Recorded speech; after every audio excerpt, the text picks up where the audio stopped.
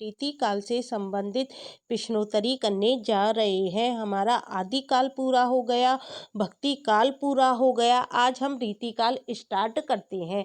तो रीतिकाल में से किस किस तरह के क्वेश्चन प्रीवियस ईयर में पूछे गए हैं उनकी हमको जानकारी होनी चाहिए, उसी के आधार पर हम क्वेश्चंस को तैयार करेंगे। तो मेरा जो पहला क्वेश्चन है, आपको पता है रीतिकालीन प्रमुख कवियों में केशव दास का महत्वपूर्ण स्थान है। तो हमको केशव दास की सारी रचनाएं याद करनी है। तो केशव दास का अलंकार पर आधारित ग्रंथ कौन सा है? क्या क्वेश्चन है? केशव दास का अलंकार पर आधारित ग्रंथ कौन सा है? विज्ञान गीता है, रतन भामनी है, रसिक प्रिया है या कवि प्रिया है? तो जो केशव दास है उन्होंने जो अलंकार पर ग्रंथ लिखा था वो कौन सा लिखा था? कवि प्रिया। कौन सा लिखा था? कवि प्रिया। और आपसे क्या क्या जानकारी पूछी जा सकती है? रीतिकाल का विभाजन पूछा जा सकता है, 3 भागों में बांटा गया है, रीतिसिद्ध, रीतिबद्ध और रीतिमुक्त। इसके अलावा रीतिसिद्ध कवियों की जानकारी होनी चाहिए, रीतिबद्ध कवियों की जानकारी होनी चाहिए और रीतिमुक्त कवि कौन कौन से हैं इनकी जानकारी होनी चाहिए। रीतिकाल नामकरण किसने किया, श्रृंगार काल नामकरण किसने किया, अलंकृत काल किसने कहा, ये सारी जानकारी हमको होनी चाहिए। ये वो क्वेश्चन है जो एग्जाम में जरूर पूछे जाते हैं। क्वेश्चन नंबर 2 देखो क्या है। यह हिंदी के प्रधान आचार्य में माने जाते हैं और इनका भाषा भूषण अलंकार ग्रंथ एक बहुत ही प्रचलित पाठ्य ग्रंथ रहा है। रामचंद्र शुक्ल ने उपर्युक्त बात किस रीतिकालीन कवि के विषय में कही है? रामचंद्र शुक्ल के कथन जरूर पूछे जाते हैं। रामचंद्र शुक्ल का इतिहास हमको अच्छी तरह से पढ़ना है और कवि तो हमें केवल वे ही पढ़ने हैं जो सिलेबस में लगे हुए हैं। तो ये बात किसने कही है कि यह हिंदी के प्रधान आचार्य में माने जाते हैं, इनका भाषा भूषण अलंकार ग्रंथ एक बहुत ही प्रचलित पाठ्य ग्रंथ रहा है। तो भाषा भूषण अलंकार ग्रंथ किसका है? जसवंत सिंह का है। यदि हमको इनके ग्रंथ का नाम भी मालूम होगा ना कि किसने लिखा है ये भाषा भूषण, तो ये हमारा क्वेश्चन आसानी से सही हो जाएगा। तो पद्माकर का नहीं है, देव का नहीं है, ये है महाराज जसवंत सिंह का और मतीराम का नहीं है। क्वेश्चन नंबर 3 है, यह निसंकोच कहा जा सकता है कि भाषा पर जैसा अचूक अधिकार इनका था वैसा और किसी कवि का नहीं। रामचंद्र शुक्ल का यह कथन किस कवि के संबंध में है? तो आप अच्छी तरह की पॉइंट पकड़ो। की पॉइंट क्या है? भाषा पर।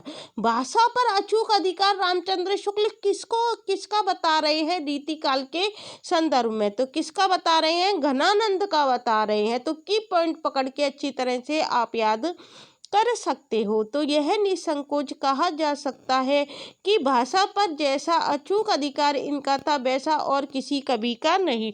रामचंद्र शुक्ल का यह कथन किस कवि के संबंध में है? कबीरदास के में, भारतेंदु हरिश्चंद्र, तुलसीदास या घनानंद? तो ये किसके संदर्भ में है? घनानंद के संदर्भ में है। क्वेश्चन नंबर 4 है, विज्ञान गीता के रचयिता कौन है? तो विज्ञान गीता किसने लिखी थी?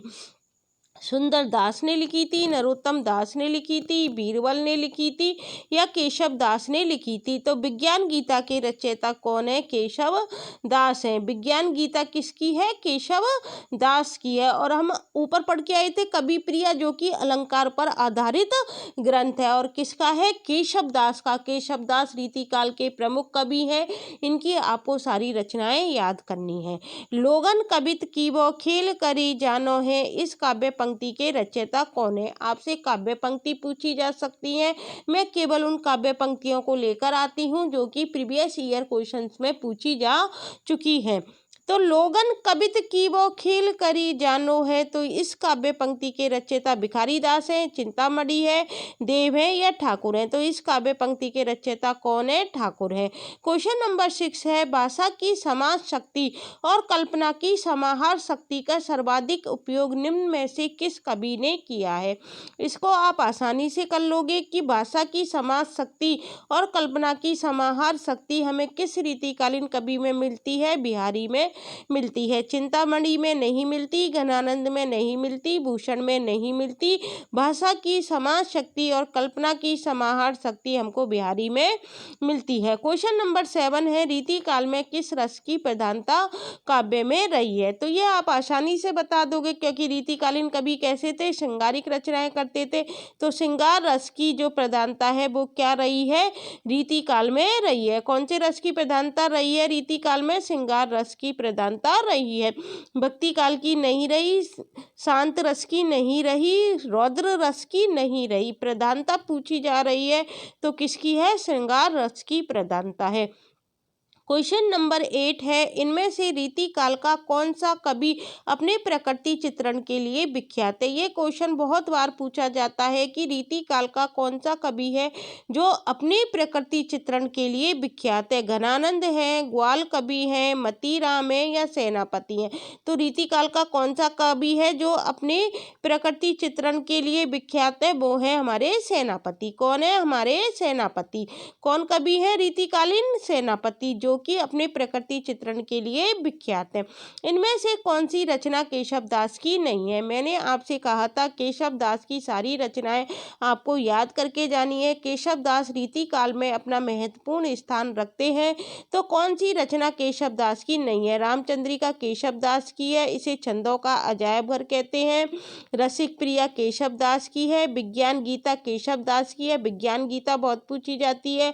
रामचंद्रिका पूछी जाती है। रसिक प्रिया, कवि प्रिया, ये सब किसकी है? केशव दास की है।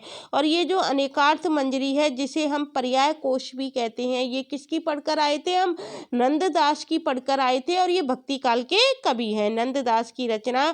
और भक्ति काल में भी किसके शिष्य हैं? ये विट्ठलनाथ के शिष्य माने जाते हैं। क्वेश्चन नंबर 10 है, कवित्र रत्नाकर के रचयिता हैं। हमसे पूछा जा रहा है कि कवित्र रत्नाकर के रचयिता कौन है? जगन्नाथ दास रत्नाकर हैं, सेनापति हैं, मतीराम है या बोधा है? कौन है कवित्र रत्नाकर? किसकी है? तो कवित्र रत्नाकर किसकी है? सेनापति की रचना है। किसकी है कवित्र रत्नाकर? हमारी सेनापति की रचना है। किसकी है? सेनापति की रचना है। और सेनापति की जो ये कवित्र रत्नाकर जो रचना है, इसमें क्या है? इसमें तो 5 तो तरंग है और 394 छंद में राम कथा का वर्णन है। आपसे पूछा जा सकता है कि कवित्र रत्नाकर में कितने तरंग हैं? तो कितने तरंग हैं? 5 तरंग है और 394 छंद में राम कथा का वर्णन है। सेनापति ब्रजभाषा के कवि हैं और इनका सर्वाधिक प्रिय अलंकार पूछा जा सकता है, कौन सा है? श्लेष अलंकार। सेनापति का सर्वाधिक प्रिय अलंकार कौन सा है? श्लेष अलंकार है। केशव को किस वर्ग में रखना समीचीन है? केशव दास को हम किस वर्ग में रख सकते हैं? रीतिबद्ध कवि में, रीति सिद्ध कवि में, रीति मुक्त कवि में, उपर्युक्त में से कोई नहीं। तो केशव दास को हम रखते हैं रीतिबद्ध कवि में। किस कवि में रखते हैं? रीतिबद्ध कवि में रखते हैं। क्वेश्चन नंबर 12 है, शिवा वामनी के रचयिता का नाम क्या है? शिवा वामनी किसकी रचना है? जसवंत सिंह की है, केशव दास की है, पद्माकर की है या भूषण की है? किसकी है? भूषण की है। शिवा वामनी किसकी है? भूषण की है। भूषण ने क्या है? वीर काव्य की रचनाएं लिखी थी। निम्नलिखित कवियों के जीवन काल का सही आरोही क्रम हमसे पूछा जा सकता है। आरोही क्या होता है? कम से ज्यादा की ओर होता है। आरोहण का क्या मतलब होता है? चढ़ना। हम सीढ़ियाँ कैसे चढ़ते हैं? पहले कम वाली, फिर ऊपर जाते हैं, फिर इसके ऊपर जाते हैं, फिर इसके ऊपर। ये क्या हो गया? आरोहण। तो इस तरह से आप आरोही को याद कर सकते हैं। सबसे पहले जन्म किसका हुआ था? देखो, भूषण का नहीं हुआ था, बिहारी का पहले हुआ था। तो ये तो गलत हो जाएगा। सबसे पहले बिहारी का, फिर भूषण का, फिर मतीराम का, फिर देव का। किस किस का? बिहारी का पहले हुआ था, बिहारी के बाद भूषण, फिर मतीराम और फिर देव। क्वेश्चन नंबर 14 है, निम्नलिखित रचनाकारों में से ललित ललाम के रचनाकार है। ये क्वेश्चन बहुत पूछा जाता है। ललित ललाम किसकी रचना है? तो किसकी रचना है ललित ललाम? मतीराम की रचना है। केशव की नहीं है, भिखारी दास की नहीं है, कृपाराम की नहीं है। किसकी रचना है? ये मतीराम की। क्वेश्चन नंबर 15 है, इनमें से कौन सी रचना देव की नहीं है? देव की रचना कौन सी नहीं है? देखो, रस मंजरी किसकी रचना है? नंददास की है, तो ये देव की रचना नहीं है। रस विलास देव की है, अष्टयाम देव की है, भवानी विलास देव की है। हमसे पूछा क्या जा रहा है, देव की रचना नहीं है, तो कौन सी नहीं है, रसमंजरी। और ये रसमंजरी किसकी रचना है, नंददास की। हमको नंददास की भी सारी रचनाएं याद करके जानी है, जो कि भक्ति काल में हमने नंददास पढ़े थे। इसके अलावा रीति काल में हमें केशव दास की पढ़नी है, बिहारी की बिहारी सतसई है, भूषण की रचना पढ़नी है, घनानंद की रचना पढ़नी है। जो ये प्रमुख कवि होते हैं ना, इनकी सारी रचनाएं हमको याद करके जानी चाहिए। क्वेश्चन नंबर 16 है, इनमें से कौन सी रचना सेनापति की है। अब देखो सेनापति की रचना पूछी जा रही है, तो श्रृंगार निर्णय नहीं है, कवि कल्पतरु नहीं है, छंदमाला नहीं है, कवित रत्नाकर है। कौन सी है सेनापति की रचना, हम ऊपर पढ़कर आ चुके हैं, कवित रत्नाकर है। इसमें क्या था, 5 तरंग थी और ये ब्रजभाषा में लिखी गई है। सेनापति ब्रजभाषा के कवि माने जाते हैं। क्वेश्चन नंबर 17 है, इनमें से कवि घनानंद से संबंधित कौन सा कथन सही नहीं है। हमसे घनानंद से कथन पूछा जा रहा है कि कौन सा कथन सही नहीं है। ये क्वेश्चन मैं जितने भी आपको करा रही हूँ, ये प्रीवियस ईयर क्वेश्चन है, किसी ना किसी एग्जाम में आए हुए हैं। तो देखो घनानंद के बारे में हम देखते हैं। उनकी कविता तत्कालीन दरबारी कवियों से सर्वथा भिन्न थी। ये बात तो बिल्कुल सही है। वे प्रेम की पीर के कवि थे, बिल्कुल सही थे। उनकी प्रेमिका का नाम क्या था, सुजान था।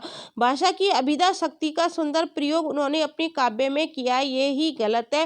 क्योंकि भाषा की अभिधा शक्ति नहीं, लक्षणा शक्ति, उनकी भाषा में क्या मिलती है, लाक्षणिकता मिलती है, तो ये ही गलत है। विरोधाभास उनका अत्यंत प्रिय अलंकार था, बिल्कुल सही बात है कि विरोधाभास उनका प्रिय अलंकार था। तो गलत कौन सा हो गया, भाषा की अभिधा शक्ति का सुंदर प्रयोग उन्होंने अपने काव्य में किया है, ये गलत है, क्योंकि उनके काव्य में हमको लाक्षणिकता दिखाई देती है। क्वेश्चन नंबर 18 है, रीति काल के नामकरण के संदर्भ में रीति शब्द किस अर्थ में प्रयुक्त हुआ है। जो रीति शब्द है वो किस अर्थ में प्रयुक्त हुआ है, गुणों पर आधारित विशेष प्रकार की पद रचना नहीं, सामाजिक रीति रिवाज से संबंधित रचनाएं नहीं, बेदर्भी गौड़ी आदि कृतियों की व्याख्यापरक रचनाएं नहीं। रीति शब्द किस अर्थ में प्रयुक्त हुआ है, अलंकार, रस, गुण, ध्वनि, नायिका भेद आदि काव्य शास्त्रीय प्रणालियों पर आधारित जो रचनाएं हैं वो रीति काल में लिखी गई थी, इसलिए रीति शब्द इस अर्थ में प्रयुक्त हुआ है। क्वेश्चन नंबर 19 है, इनमें से बिहारी और उनकी सतसई से संबंधित कौन सा कथन सही नहीं है। हमसे क्या पूछा जा रहा है, बिहारी और उनकी सतसई से संबंधित कौन सा कथन सही नहीं है। तो देखो प्रकृति का आलंबन रूप में चित्रण उनकी बहुत बड़ी विशेषता है, यही गलत है, क्योंकि उन्होंने प्रकृति का उद्दीपन रूप में चित्रण किया था, आलंबन रूप में नहीं किया था। यही कथन क्या हो गया, गलत हो गया। लोक ज्ञान, काव्य ज्ञान और शास्त्र ज्ञान तीनों का सुंदर समन्वय सही में देखने को मिलता है, बिल्कुल सही बात है। अनुभावों के चित्रण में बिहारी सिद्धहस्त थे, बिल्कुल सही बात है। सतसई में साहित्यिक ब्रजभाषा का प्रयोग किया गया है, ये बात भी बिल्कुल सही है। तो कौन सा कथन गलत है, प्रकृति का आलंबन रूप में चित्रण उनकी बहुत बड़ी विशेषता है, ये गलत है। क्यों गलत है, आलंबन रूप में नहीं, उद्दीपन रूप में उन्होंने चित्रण किया था। क्वेश्चन नंबर 20 है, रामचंद्र शुक्ल ने अपने हिंदी साहित्य का इतिहास ग्रंथ में इनमें से किस कवि को हिंदू जाति का प्रतिनिधि कवि कहा है। हिंदू जाति का प्रतिनिधि कवि रामचंद्र शुक्ल ने किसको कहा था, सुदन को, रहीमदास को, लाल कवि को या भूषण को। किसको कहा था, भूषण को कहा था। क्वेश्चन नंबर 21 है, हिंदी रीति ग्रंथ की अखंड परंपरा का आरंभ रामचंद्र शुक्ल किससे मानते हैं। रामचंद्र शुक्ल चिंतामणि से मानते हैं, बैनी से नहीं मानते, जसवंत सिंह से नहीं मानते और भूषण से नहीं मानते। रामचंद्र शुक्ल किससे मानते हैं, जसवंत सिंह से नहीं मानते, बैनी से नहीं मानते, भूषण से नहीं मानते, ये मानते हैं चिंतामणि से।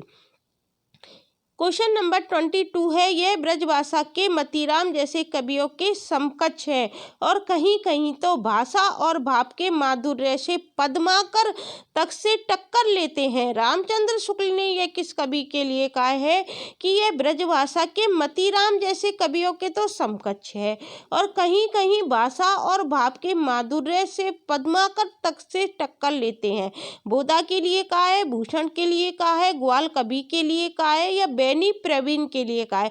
तो ये बात रामचंद्र शुक्ल बैनी प्रवीण के लिए कहते हैं। क्वेश्चन नंबर 23 है, देव माने जाते हैं। देव कैसे कवि माने जाते हैं? रीतिवादी आचार्य, रसवादी आचार्य या अलंकारवादी आचार्य? देव माने जाते हैं रसवादी आचार्य। देव कौन से आचार्य माने जाते हैं? रसवादी आचार्य माने जाते हैं। क्वेश्चन नंबर 24 है, इस काल को रस के विचार से कोई श्रृंगार काल कहे तो कह सकता है। रीति काल के लिए यह कथन किसका है? अब देखो इसमें बच्चे कंफ्यूज हो जाते हैं। क्यों हो जाते हैं? श्रृंगार काल का नाम आते ही वो विश्वनाथ प्रसाद मिश्र की ओर झुक जाते हैं, जबकि ये जो कथन है, कथन के बारे में पूछा जा रहा है। तो कथन किसने कहा था? रामचंद्र शुक्ल ने कहा था। इस काल को रस के विचार से कोई श्रृंगार काल कहे तो कह सकता है, इस बात को रामचंद्र शुक्ल कहते हैं अपने हिंदी साहित्य के इतिहास में। जबकि श्रृंगार काल नामकरण किसने किया है? विश्वनाथ प्रसाद मिश्र ने किया है। इसलिए कंफ्यूजन बच्चों को हो जाता है। इसका आंसर आ जाएगा रामचंद्र शुक्ल। क्वेश्चन नंबर 25 है, कौन रीतिकालीन कवि आपस में भाई माने जाते हैं? कौन से, ये श्री नहीं है, ये टाइपिंग मिस्टेक हो जाती है। कौन से रीतिकालीन कवि आपस में भाई माने जाते हैं? माटीराम, भूषण, सोमनाथ। देखो, माटीराम, भूषण सोमनाथ, भूषण मतीराम पद्माकर, भूषण चिंतामणि पद्माकर या चिंतामणि भूषण मतीराम। तो कौन से रीतिकालीन कवि आपस में भाई माने जाते हैं? चिंतामणि, भूषण और मतीराम, ये तीनों आपस में कौन थे? भाई थे।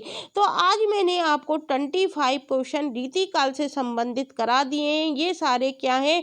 PYQ है, प्रीवियस ईयर क्वेश्चन है। मैं आपको 100 क्वेश्चन तो रीतिकाल से संबंधित कराऊंगी ही। इसके अलावा और ऊपर तक भी क्वेश्चन पूछे और ऊपर तक भी क्वेश्चन मैं आपको करा सकती हूँ। यदि आपको ये वीडियो अच्छी लगती है तो इसे लाइक, शेयर और सब्सक्राइब करना मत भूलना। इसको करने से कुछ नहीं होता है, केवल हमको मोटिवेशन मिलता है और उससे हम आपके लिए क्या है और अच्छी सामग्री लाने की पूरी कोशिश करते हैं। Thank you.